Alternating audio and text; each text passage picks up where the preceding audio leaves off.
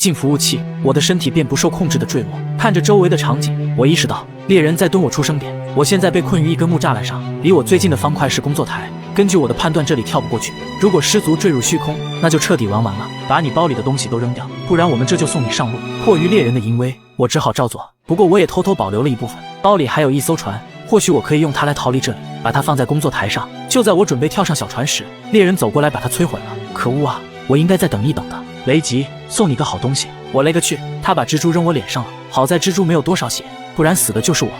背包里现在有2根细线，可以用它们来做东西。我站在木栅栏的最边缘，用力伸手去够工作台，把6根竹子做成3根木棒，然后我便可以制作钓鱼竿了。接下来就能把小船收回来了。很好，鱼钩已经挂上了，跳起来收竿。糟糕，小船掉下去了，唯一的逃生出路没了。这时我注意到一只迷路的苦力怕，我又想到一个新点子，先做出一个打火石，因为苦力怕的爆炸会炸掉石头，我可以用钓鱼竿收集石头，然后搭桥逃生。说干就干，希望他不要把我也炸下去。还好没事，掉落的石头在角落里。正当我要掏钓竿时，一位猎人闻声赶来。别以为我不知道你的小心思，可恶！我的计划再次落空。在我心灰意冷时，身后响起猎人的嘲笑声。你知道烟吸进肺里是什么吗？是什么？废物啊，老弟！哈哈哈，你还挺幽默。给你个蜡烛，10分钟就能灭。怎么说？因为你辣极啊，小兄弟。就这样，我用钓鱼竿轻松解决一位猎人。其他猎人收到死亡播报，纷纷赶来。由于是死于虚空，猎人们并不确定他的死是否与我有关，便只能放些狠话吓唬我。待他们都走后，我发现有只小猪被遗忘在这里，它的背上有一副马鞍。如此一来，我便可以借助它逃脱这里。我掏出钓竿将其拽过来，原地起跳必须小心，若是失误则万劫不复。3、2，就是现在！成功了，感谢你小佩奇。逃脱木栅栏并不意味着结束，而是开始。观察猎人们的位置，接下来必须绕开他们，但由于他们的地下基地过于复杂，我还是百密一疏被人发现。大家快来，雷吉逃出来了！我的天！情急之下，我快步朝楼梯上跑去。由于对地形不熟悉，我险些就被猎人堵在角落。好在我运气不错，误打误撞逃出了猎人的地下基地。外面是一座巨大的矿井，只剩半颗星了，不能再被他们碰到了。在矿道的转角遇见一个箱子，我以最快的手速搜刮一番。这里复杂的像是一个迷宫，他们很快就跟丢了我的踪迹。就在我找到出口即将撤离时，不巧被猎人发现。不过问题不大，因为我已经胜利在望。却不料我被人一推，再次坠入到一座陷阱中。这里是一座黑曜石监狱，猎人已经从头顶灌入岩浆，这样下去我必死无疑。先吃块牛排补充状态，看看能不能够到那边的大箱子。试了一下我够不到，再去试试工作台，还是够不到。岩浆大概还有10秒就要灌下来了。对了，我还有一颗附魔金苹果，可以利用它的抗火特性来抵消伤害。抗火时间是5分钟，我必须要在这段时间内逃出去，不然真就要死翘翘了。不错呀，雷吉，这都烧不死你。你是传奇耐烧王吗？要不再尝尝这个呢？我去，是剧毒药水。猎人下手也太狠了。我们走吧，让他在这儿自生自灭。不好，我就剩1颗星了，现在是半颗星，抗火时效还有3分钟，我该怎么逃出这里呢？在我思考的过程中，脸上忽然刷新出一只末影人，可惜我打不到他。他从旁边的矿道里拿来一个泥土块，得想办法让他把方块放下。我隔着窗户给他修脚，他无法传送也无法攻击，只能干瞪眼。30秒后，他终于一命呜呼，手中的泥土块也掉在地上。我伸出手奋力去够，却够不到他。这个时候钓竿便派上用场了。还有1分钟，我先将泥土块拿到手，随后挖开面前的石头，把泥土块放进去，接着将树苗种下，再把背包里的骨头磨成骨粉，全部撒在树苗上。待树苗成熟后就可以撸木头了。掉落的原木依旧需要用钓竿收回。先做一个工作台出来，再撸一块原木。我的背包里有3颗钻石，可以做一个钻石镐挖出去。做出镐子时间还剩15秒。挖掉黑曜石后，我的抗火时效刚好结束，还剩半管血，赶紧吃点食物补充状态。怎么回事？我怎么跳不出去？忘了，头顶还有树叶呢。猎人正在接近这里，我得赶快把自己藏起来。不对啊，时间到了，他为什么还没死？又让他逃了。跟在猎人后面，溜回他们的基地。最危险的地方就是最安全的，他们绝对想不到我就在他们眼皮子底下。这次我不会再大意了，我的每一个动作都万分谨慎。可毕竟这里是猎人的基地，我不可避免的又被发现了。有着上一次的逃生经验，这次的我不会再迷路，顺利逃回到地面上。身旁不断有箭矢和3叉戟飞过，毫无疑问，猎人已经起了杀心。这场猫捉老鼠的游戏也该结束了。为了躲避他们的远程攻击，我不得不向树林深处跑去，却不料脚下突然一空。别出声，我在救你。洞口已被封死。头顶传来猎人杂乱的脚步声，奇怪，他怎么突然消失了？我正在对抗猎人，我需要很多 TNT， 你必须在3分钟内给我收集2组，否则我就会一直追杀你。倒计时开始了，真是个疯子。不过好消息是我现在有战友了。来到猎人的苦力怕农场，很不巧，有一位猎人正看守着这里。你先躲起来，这里交给我。他似乎与猎人有些交情，3句话就将守卫骗了出去。待他们上船后，我迅速钻进矿道，矿道下面是猎人的苦力怕农场。我往背包里装满火药，时间还剩1分半。当我从矿道里出来的时候，他们也恰好回来了。好险，再晚一步就要被逮着了。接下来再挖一些沙子，2组 TNT 就意味着要挖8组沙子。红龙再次出现，我已经习惯了他的神出鬼没。时间不多了，你还有最后10秒时间，差不多了，可以开始制作了。倒计时结束，我制作出3组 TNT， 超额完成任务，干得漂亮！这是我为你准备的报酬。红龙告诉我一个坐标，我来到他说的地点向下挖，结果却看到了一堆侦测器，不好，是陷阱！我赶紧掏出方块向上搭高，但却为时已晚，爆炸的冲击波将我送上高空。看着出现的猎人，我心里明白过来，红龙是猎人的卧底，附近的水潭都被猎人封起来了，离我最近的水源便是那片沼泽。我将手里的4个泥土块用于搭桥，很显然这些不够，背包里还有沙子和工作台，把工作台放下，随后将沙子做成砂岩，这样我就能继续向那边搭桥了。42个方块全部用完，可我离那片沼泽地至少还有100米的距离，这附近仍然没有水源，只有一片岩浆池，跳进岩浆必死无疑。看看我还能做些什么吧。可以制作一个干草块，利用它我就可以大幅减少坠落伤害。这时一道人影划过，又在搞什么小动作呢？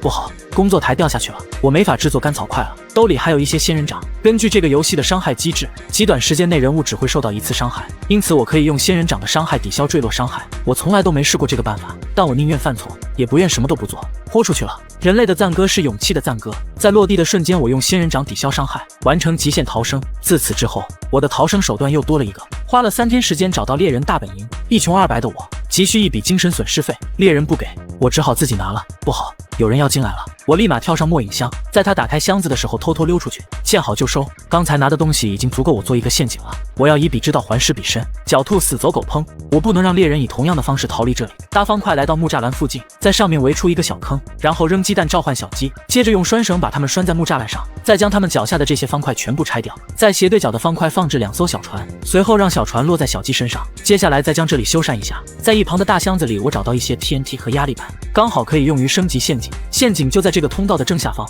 挖开地面铺设一些 TNT， 随后再垫上一层方块和压力板，接着将前面的台阶抬高，这样猎人就无法轻易逃掉。做完准备工作，我回到猎人村庄，接下来给他们准备个大大的惊喜，将所剩的 TNT 全部放在这里，随后用打火石点燃，最后推到安全区域观看烟花表演。哪里来的 TNT？ 快看，是雷吉！我明白了，快杀了他！一场刺激的追逐战就此展开，这次他们不会再留我活口了，我必须想尽一切办法拖延他们的脚步。利用打火石是个不错的办法，在狭窄的矿道里，猎人无法展开阵型，这就给我留足了逃跑的空间。突然，我被一箭打飞出去，落地之后，我迅速回头封路，随后继续跑，用石头把自己隔离起来。爆炸结束后，我回去欣赏自己的杰作，他们都被我困在了小船上，叫天天不应，叫地地不灵，你们也体会下这种感觉吧。猎人一大早就展开闪电战，把我和宠物都抓了过来。鹦鹉阿泰我已经养了1个月，实在不希望它死在猎人手里，于是我只好对猎人言听计从。看着阿泰被他们用拴绳粗暴对待，我只感到阵阵心疼。你们就不能温柔一点吗？闭嘴！再说话就为你的鹦鹉吃曲奇，让你看看他最痛苦的死法。看到面前的黑曜石监狱，我已经知道了自己接下来的命运。跟我上来，为什么不走左边？少废话，跟着做就行。我沿着这些凌乱的黑曜石一步一步登上顶去，继续往前走。来我这儿。我到达指定地点后，被他一把推了下去。落地时只剩2颗半星，我不要紧，我只希望猎人别为难我的鹦鹉。看了一圈都没有找到他的身影，蠢货！看你头顶，你猜猜我们接下来要做什么？放过他吧，他是无辜的。好啊，我们这就帮你放生。猎人一剑砍向阿泰，一瞬间，我只感到天旋地转，险些摔倒在地上。紧接着，无尽的怒火在我胸中燃烧。这有个垃圾桶，把你们不要的东西都扔了。猎人对我百般羞辱，此仇不报非君子。我一定要把这些加倍奉还。猎人扔下来的是垃圾不假，但这世上的所有东西都有它存在的意义。天生我材必有用，有这些岩浆我无法搭桥，扩展平台是个不错的选择。你可能想问我为什么不竖着搭，因为这里跳不过去。突然，头顶传来一响，只见一位末影人落在我面前，他手中抱着一块末地岩，希望在传送之前，他能把方块放下，这样我就可以种植紫宋花。太好了，我赌赢了。如此一来，我便有了兜底，哪怕末影人不掉小珍珠，我也能出去了。我率先发起进攻，却失手将其打飞。看来末影珍珠是得不到了，还是老老实实种紫宋花吧。接下来要做的就是等待，并且不能被猎人发现。1分钟过去，紫宋花已经长出枝杈。5分钟后，紫宋花已经长成完全形态。我果断将其撸掉，不成想这么大的树，却只给了2颗果子。希望2次机会够用吧。还行，这个位置也不错。接下来拆掉铁栅栏。2分钟后，我越狱成功，登上来时的阶梯，我已完成监狱悟道，在找猎人算账前，得去末地城拿点物资，去那里就需要末影珍珠。我不得已和末影人展开了战斗，一通王八拳将其做掉，成功拿到小珍珠。对面的末地岛上就有末地城，按照这2座岛之间的距离，末影珍珠应该仰天40度角扔，同时我还得助跑甩出它。经过漫长的2秒，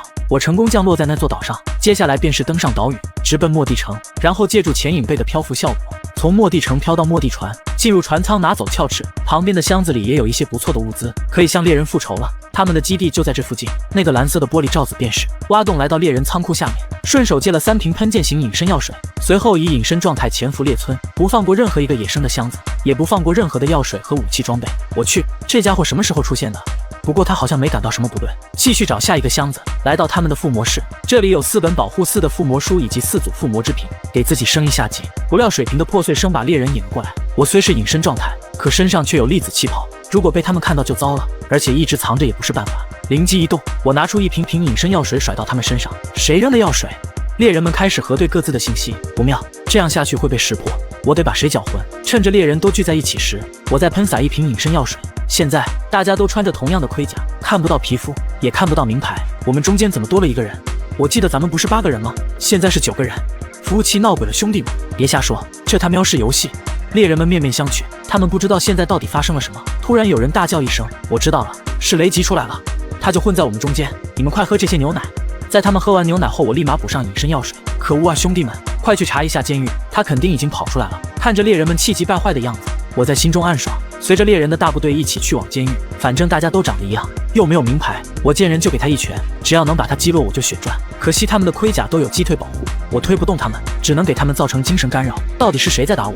肯定是雷吉，雷吉已经逃出来了，而且他现在就在我们中间。猎人已经知晓了现在的情况，我得收着点了。所有猎人都聚在了一起，他们决定找出那个假的。看见一位猎人落单，我果断跳上去给他一剑，并大声嚷嚷：兄弟们，这个就是雷吉，快打他！说罢我就钻进人群里冷眼旁观。不曾想那位挨打的猎人竟回头反击，刚才就是他打的我，他就是雷吉，别让他跑了。他说的没错，的确是我打的他，但是他反击的那个人不对，那是他自己人。发现杀错人后，猎人们又将矛头对准那位瞎指挥的人，他们一拥而上将其解决掉，却发现仍不是雷吉。在战斗的过程中，有时还可能会误伤到队友，使得他们的信任感降低。我为了让自己更像猎人，帮着他们攻击同一个目标，误伤的人越来越多，局势变得更加混乱，渐渐演变成了黑暗森林。他们不再相信周围的任何人，只相信自己，于是直接见人就砍。我为了保存体力，并不想和他们战斗，见到人就躲，却还是被一位猎人盯上。我只好和他玩起秦王绕柱，因为我必须尽可能保存体力，留给最终的决战。看到他们又开始攻击同一个人，我也加入进去，能送走一个是一个。看着同伴们被接连误杀，猎人们的心态逐渐发生变化，他们变得更加嗜血残暴，恨不得杀死视野内的一切生物，直至最后只剩3人。毫无疑问，这是决赛圈，就我们3个了，敢不敢赌一把？好啊，你说怎么赌？他就是雷吉。我没想到猎人会突然发难，一瞬间我有些手忙脚乱，只好拉开距离再找机会。可猎人并不会给我喘息的机会，2对1，我基本没有任何优势，必须先拉开，然后再找1v1的机会。却不料猎人一碰就碎，这下我放心了，看来他们早已是强弩之末，不过是强撑一口气罢了。如此一来，我便胜券在握。我推到悬崖边勾引他过来，他果然没忍住跳了下来。被击落后，我用末影珍珠迅速归位，和他进行最后的交锋。有着金苹果的保护，他自然不是我的对手。世人总说放下，可我若放下，猎人又怎知阿泰对我来说意味着什么？